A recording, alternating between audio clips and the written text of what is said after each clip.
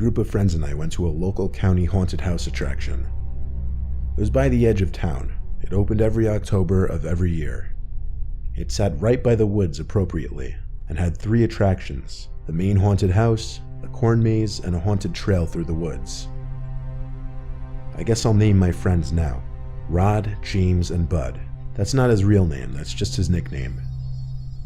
We started with the haunted house, which was decently high quality and had a few good scares. Then we made our way to the corn maze. It started out kind of slow, just a lot of turns through the corn we'd have to make. But then the scary antics began. A guy dressed as a freaky scarecrow man emerged from the corn and screamed at us, causing us to scream as well. He started to chase after us and we ran. I was in the back, of course, and the scarecrow was right behind me. Even knowing it's just a paid actor, you have this innate fear of something chasing after you where you just feel like you have to run away. Somehow, through the thrill of running away through the corn, I lost all of my friends. It seemed like all of us ran in different directions. I lost the scarecrow man though, and got back to the trail between the crops. This is where the nightmare began. I called and yelled and screamed for my friends as I made wrong turn after wrong turn. They never called back. In fact, it seemed there were no other visitors in sight. I had to finish the maze by myself. What choice did I have? I walked and walked for what felt like 20 minutes. Then I heard bustling in the corn in front of me. I slowed my pace and kind of tiptoed past the noise, but it was pointless. Something reached out from the corn and grabbed my wrist and squeezed it tight. I actually cried out in pain and yelled, "Stop, you're hurting me." I was actually in shock how hard this paid actor was squeezing my wrist. Then he tried pulling me into the crops. I didn't see who it was, I just saw his hand and arm, covered by a black coat sleeve and black glove. I yanked myself out from the grip and backed away as the actor came out from the crops into the path. He was wearing a heavy winter coat, black jeans, and a blank black face mask. I didn't know what the costume was supposed to be, but I literally yelled, "Go fuck yourself, you actually hurt me." He started running at me, and naturally I turned and ran as fast as I could through the corn to lose him. I yelled back, "I'm reporting you," and I quickly lost him. After 5 minutes of running straight through the corn as opposed to following the maze of trails, I came to the edge of the maze and went to find an employee. I reported the actor to the employee, saying he used way too much force to the point that my wrist actually hurt. The employee said he wasn't sure who was wearing the specific costume I described, but that he'd look into it. I thanked him, and then I looked at my phone. I had a missed call from James. I called him back to ask where the 3 of them were. He said they tried finding me, then they gave up and went to the haunted trail in the woods. I said I'd meet them and hung up. I walked over to the start of the trail, where they had the Halloween ambiance blasting through a bunch of speakers placed throughout. I stepped into the woods, feeling like I was the only one around besides my friends. I tried playing catch-up to my friends, when I stopped in my tracks after spotting him again, blocking the path. It was the guy in the coat and black mask. He didn't even give me time to react or say something. Right away, he started legit charging full speed at me. I turned right and ran into the woods, expecting to lose him easier. This time I called back, "I'm calling the police." I wasn't actually, but I thought that might get this guy to just leave me alone.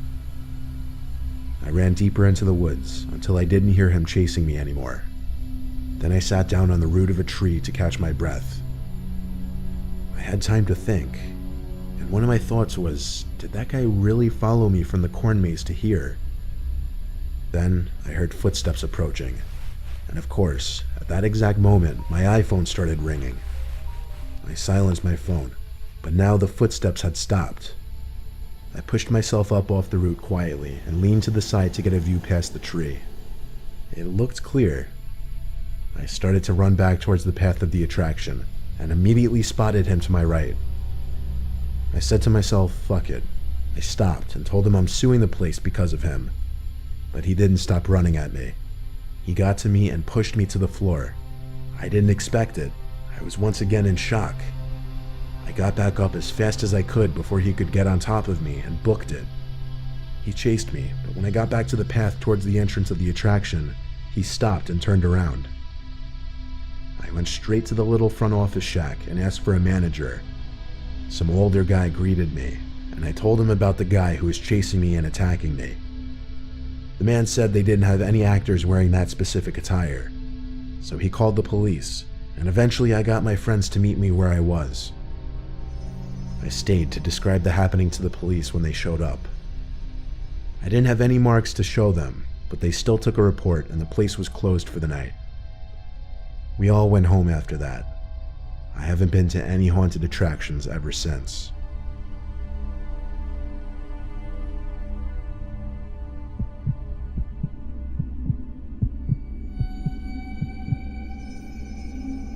The year I turned 13, my friend invited me and 2 other friends to stay at his house on Halloween night.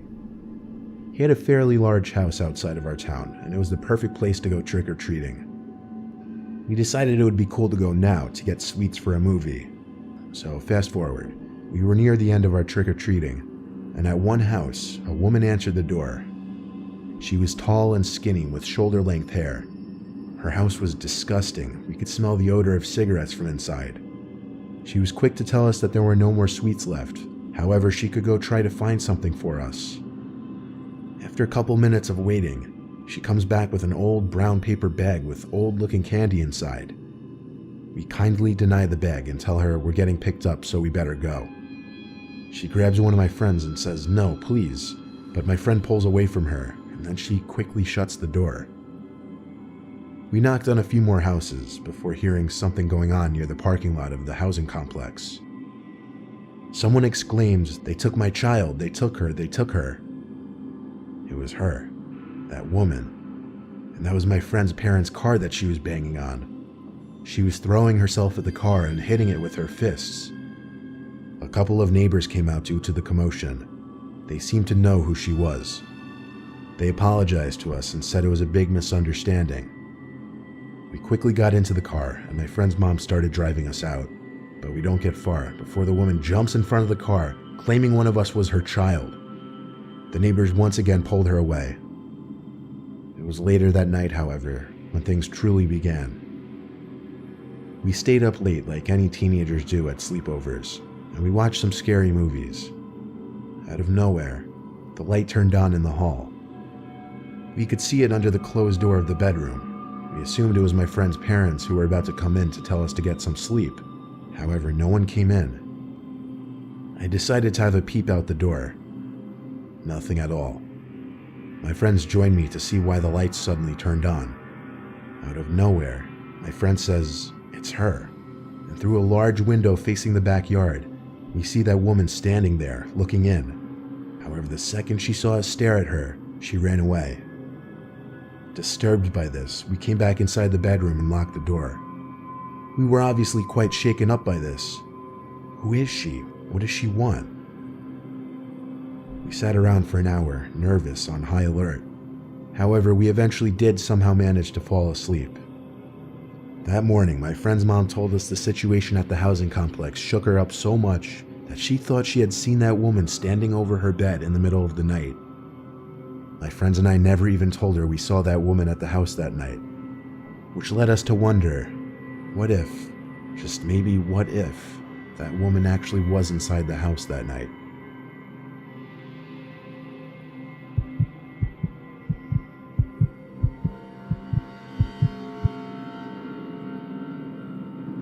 Last year, Halloween was on a Wednesday, and because of that, I was home alone. My dad works nights, and my mom was staying with her sister because our parents weren't getting along at the time. My sister was away at college, so it was just me, left to provide for the trick-or-treaters. My dad bought a couple bags of Kit Kats and told me he expected them empty by the end of the night. I don't know why, but my dad takes Halloween seriously. I didn't get home from classes until around 6, so it was already dark and the kids were out in droves. The second I dropped my bag on the couch, the bell rang, and that went on for some hours. I was getting homework done later on in the night when the trick-or-treaters had mostly gone home. It was sometime past 9 though, I remember that much, and the doorbell rang once more. It was the first time in over half an hour. I went to open the door with a near-empty bowl of Kit Kats expecting some kids, but instead it was just this lone guy, maybe 35 years old. He waved at me with a neutral expression on his face. I didn't open the storm door. I kind of just watched him, ready to shut the door on him. He stopped waving, then reached for the handle to the storm door and pulled it open. At that moment, I slammed the door shut in his face and locked it.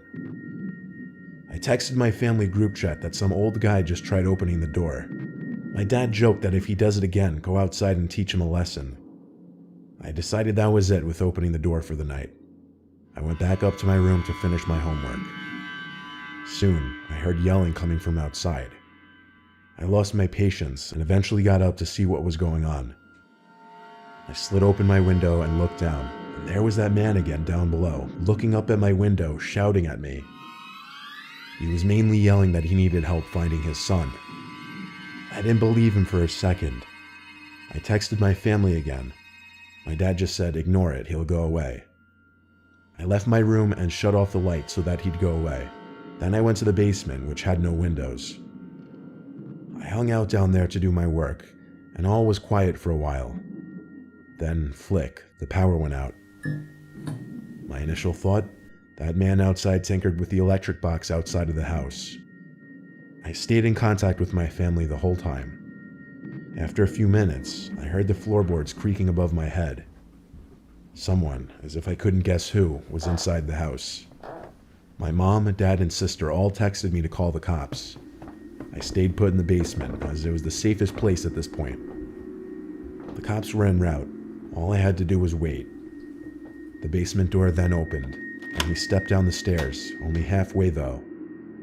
Even without power, a little bit of light from the upstairs poured into the basement, enough for me to see his legs. He was standing on the middle step of the staircase. And I swear, he just stood there for like 2 minutes. I heard him mumbling stuff. I won't even pretend I could understand any of it.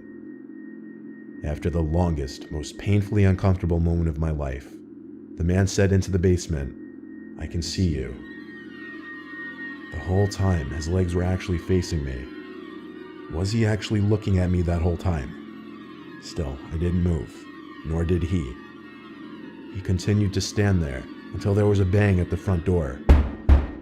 Then he walked up the stairs, shut the door, and I heard creaking above again. I waited 20 seconds before running upstairs to the front door. By that time, it seemed the man had left my house, because the cops couldn't find him, even with my help. Stupidly, I left the back door unlocked, so he simply let himself in. As for the power, he messed with the electric box outside, as I predicted. I don't know if he did this on Halloween intentionally, or if it was just a coincidence, but something was wrong with that man. He didn't belong out in the streets.